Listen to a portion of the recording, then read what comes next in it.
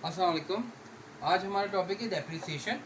और आप लोगों ने कहा था सर प्लीज़ हमें डेप्रिसिएशन समझा दें, तो आज मैं आप लोगों को डेप्रिसिएशन समझा दूंगा। डेप्रिसिएशन समझने से पहले डेप्रिसिएशन होता क्या है इसको समझना बहुत ज़रूरी है। डेप्रिसिएशन हम किस पे लगाएंगे? डेप्रिसिएशन जो है बेसिकली बाय प्रोडक्ट, वो किस चीज़ का बाय प्रोडक्ट है? जब भी आप कोई एसेट लोगे जब भी तो डेप्रिसिएशन होगी।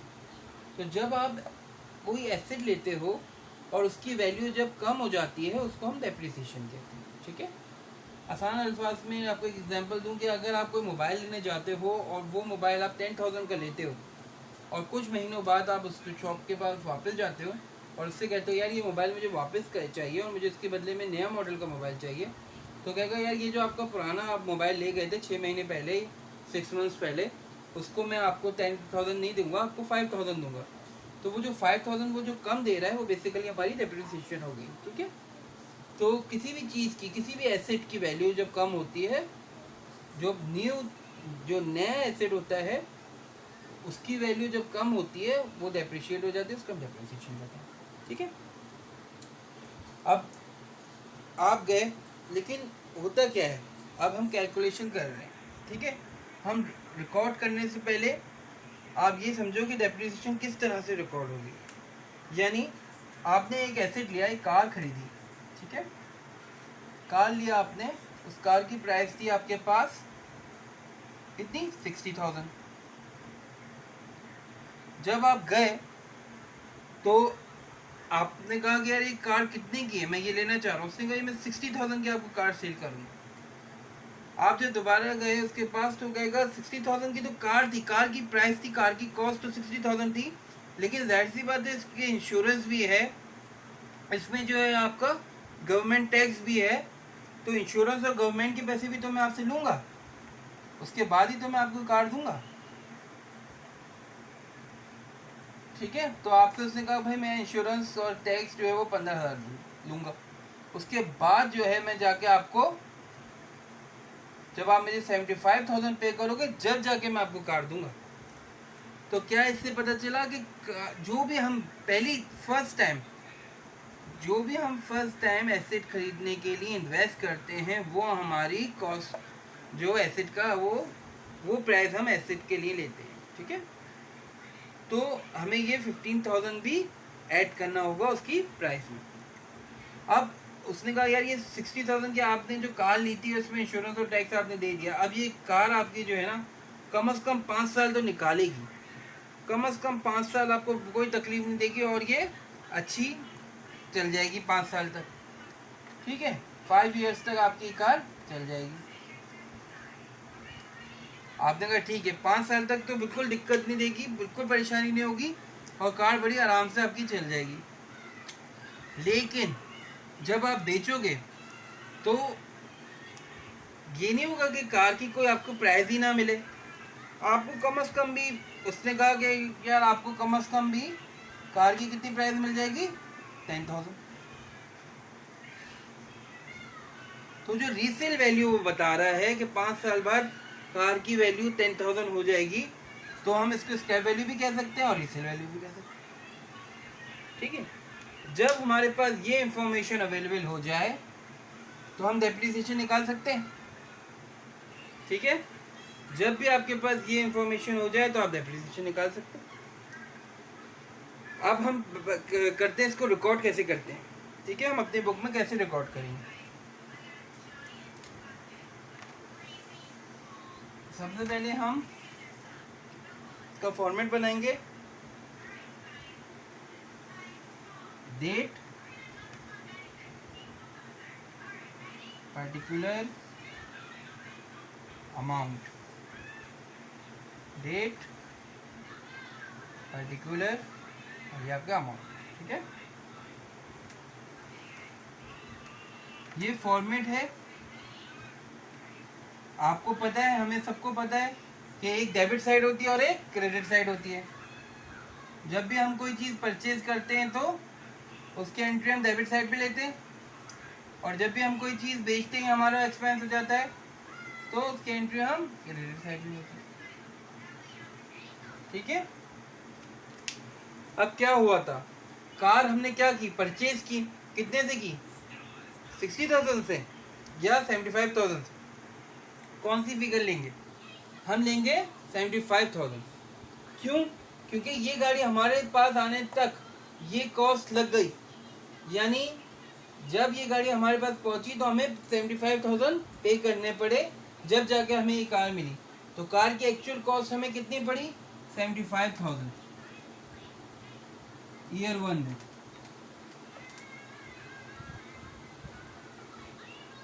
क्लियर है? यानी हम कौन सी फिगर लेंगे? 75,000।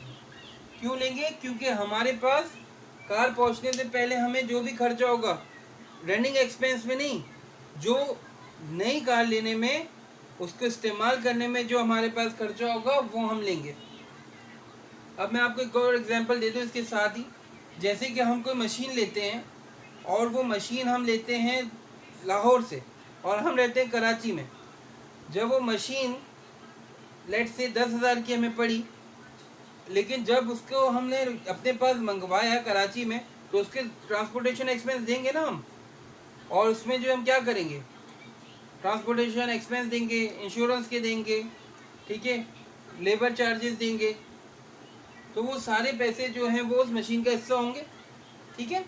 तो वो आपको मैंने कहा कि हर चीज़ में ही इसी तरीके से जो भी आपकी कॉस्ट उस मशीन को इंस्टॉल करने तक, या आपने कार ली, आपकी कार आपके पास आने तक जो भी पहला खर्चा होगा वो आपकी कॉस्ट का हिस्सा है, ठीक है। फिर हम यहाँ क्या रिकॉर्ड करेंगे ये वन में? डेप्रिसिएशन। डेप्रिसिएशन अब हम निकाल लेंगे इंफॉर्मेशन के बाद, बहुत आसान है, ठीक है। एग्जामिनर को भी हमें खुश कर देंगे, उसको कहेंगे भाई हमें फार्मूला पता है, क्या है इसका डेप्रिसिएशन निकालने का फार्मूला? क्या होगा? Cost plus expense minus scrap value या रीसेल वैल्यू और फिर ईयर, ठीक है। ये आपका फार्मूला हो गया। एग्जामिनर को पता होगा भाई आपको पता है हम क्या कर रहे हैं, और आप उसको समझा दोगे प्रॉपर हम क्या कर रहे हैं। कॉस्ट कितनी थी हमारी कार की? 60,000 थी। एक्सपेंस कितना था हमारा कार का? 15,000 था। स्क्रैप वैल्यू कितनी थी हमारे पास? 10,000।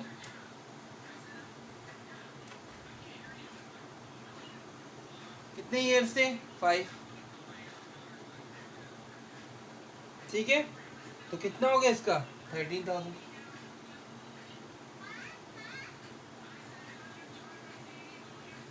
ये हमारी डेप्रिसिएशन निकल गई पहले ईयर की, ठीक है। ये हमारी फर्स्ट ईयर की डेप्रिसिएशन निकल गई। ओके, अब क्या करेंगे? डेप्रिसिएशन को आप यहाँ रिकॉर्ड कर लो। तो फर्स्ट ईयर हमारी कितनी डेप्रिसिएशन निकली? 13,000, ठीक है। इसके बाद आप क्या करोगे? जब आपकी ये डेप्रिसिएशन हमने निकाल ली, तो बड़ी फिगर हमारी किधर आ रही है? डेबिट साइड पे, ठीक है। तो आपने इसको 75,000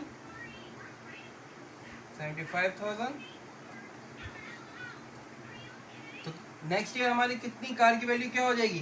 कैरी डाउन क्या है, सीडी क्या है हमारे पास? 62,000। नेक्स्ट ईयर हमारी कार की क्या वैल्यू हो जाएगी? 62,000। सेम इसी हमें बोला क्वेश्चन में उसने, अब ये जितने ईयर्स हमें बताएगा उतने ईयर्स की हमें कैलकुलेशन करनी है। एग्जामिनर हमें बताता है कि हमें 3 साल की या 4 साल की या 5 साल की, कितने साल की जो है वो डेप्रिसिएशन निकालना है हमें, ठीक है। तो आप क्या करोगे इसके अंदर?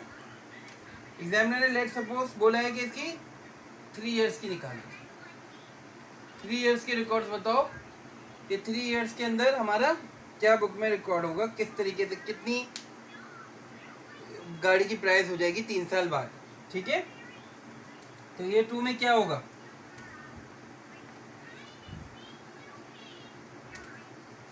कितने की हो गई थी? 62,000,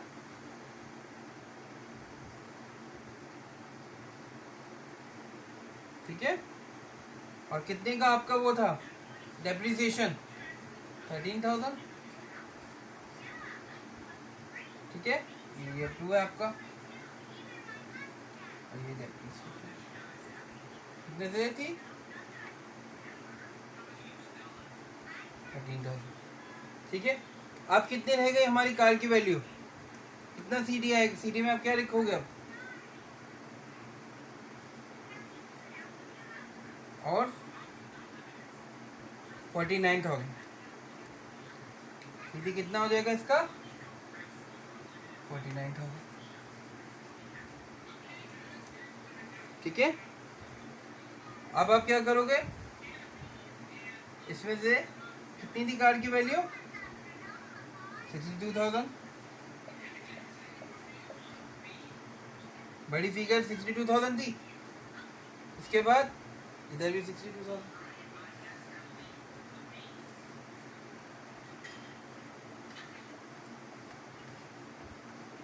ठीक है। अब ईयर 3 का उसने बोला 3 इयर्स का निकालना है, थर्ड ईयर में आपकी कितनी हो जाएगी ईयर 3 के अंदर, कार की क्या वैल्यू हो गई है 49,000, ठीक है। और ईयर 3 में डेप्रिसिएशन कितनी है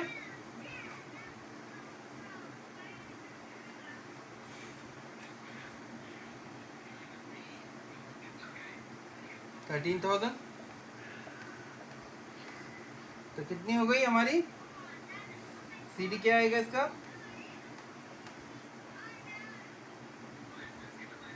36,000। अब जो नेक्स्ट ईयर में हमारी कितनी कार की वैल्यू हो गई 36,000 तीसरे साल। तो ये कंटिन्यू रहेगा, आप करते रहोगे, लेकिन जितना एग्जामिनर हमसे पूछ रहा है हम उतना बताएंगे। ये सेम वैल्यू क्यों डेप्रिसिएशन हम सेम क्यों निकाल रहे हैं, क्योंकि हम किस मेथड से कर रहे हैं SLM यानी स्ट्रेट लाइन मेथड से, ठीक है। ये हम कौन से मेथड से कर रहे हैं स्ट्रेट लाइन मेथड। तो ये हमारा आंसर आ जाएगा 36,000 और ये फिर कंटिन्यू है, ठीक है। बहुत आसान है, इसमें कोई इश्यू नहीं है। बस हमें ये पता होना चाहिए कि भाई हमें एग्जाम में आप बच्चे सारे स्टूडेंट्स क्या गलती करते हैं, कार की ये कार कितने की पड़ी 60,000 की, वो ले लेते हैं। भाई जो उसमें खर्चा हुआ इसको इस्तेमाल करने के लिए फर्स्ट टाइम पे आप वो लोगे ना, तो वो फिगर आपको लेनी है, इसका आपको ख्याल रखना है। उसके अलावा इस क्वेश्चन में कुछ भी नहीं है, बहुत इजी है। और जो है वो कोई इशू, बस आपकी प्रेजेंटेशन इंपॉर्टेंट है, आपको फार्मूला वगैरह बताना है प्रॉपर, आपको प्रेजेंटेशन प्रॉपर रखनी है, देन इंशाल्लाह आप लोगों का एग्जाम में कोई इशू नहीं आएगा। नेक्स्ट टाइम इंशाल्लाह मैं कोशिश करूँगा नेक्स्ट लेक्चर के अंदर कि हम लोग जो है इसको रिड्यूसिंग बैलेंस मेथड से भी कर लें। अपना ख्याल रखें और मुझे भी दुआ में याद रखें, अपना ख्याल रखें, और इस वीडियो को ज़्यादा से ज़्यादा शेयर और सब्सक्राइब करें। अल्लाह हाफिज़।